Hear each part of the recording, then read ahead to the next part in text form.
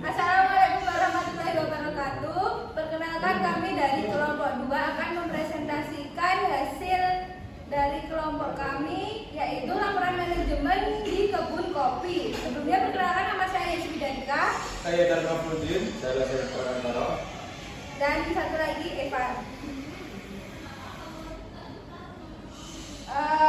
Untuk yang pertama yaitu pengertian dari laporan manajemen kebun kopi. Laporan manajemen kebun kopi adalah dokumen yang disusun secara sistematis untuk memberikan gambaran yang jelas tentang keadaan kebun dalam periode tertentu. Laporan ini mencakup berbagai aspek penting seperti kondisi kebun, proses produksi, keuangan dan tantangan yang dihadapi, serta strategi pengolahan kebun yang baik. Tujuan laporan manajemen: yang satu, mengevaluasi kinerja kebun; kedua, menyusun rencana pengembangan; ketiga, menjadi alat pengembalian keputusan, meningkatkan transparansi.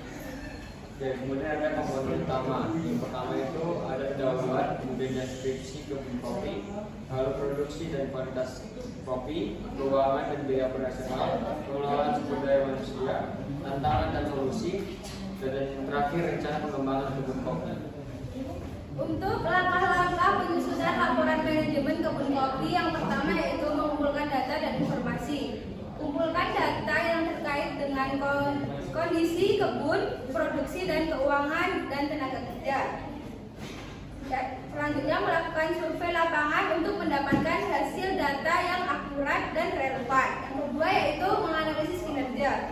Evaluasi kinerja kebun berdasarkan hasil panen, kualitas produk dan biaya operasional. Yang ketiga yaitu menulis laporan. Menyusun laporan berdasarkan komponen utama yang telah disebutkan sebelumnya, menggunakan data untuk mendukung analisis dan rekomendasi dalam laporan.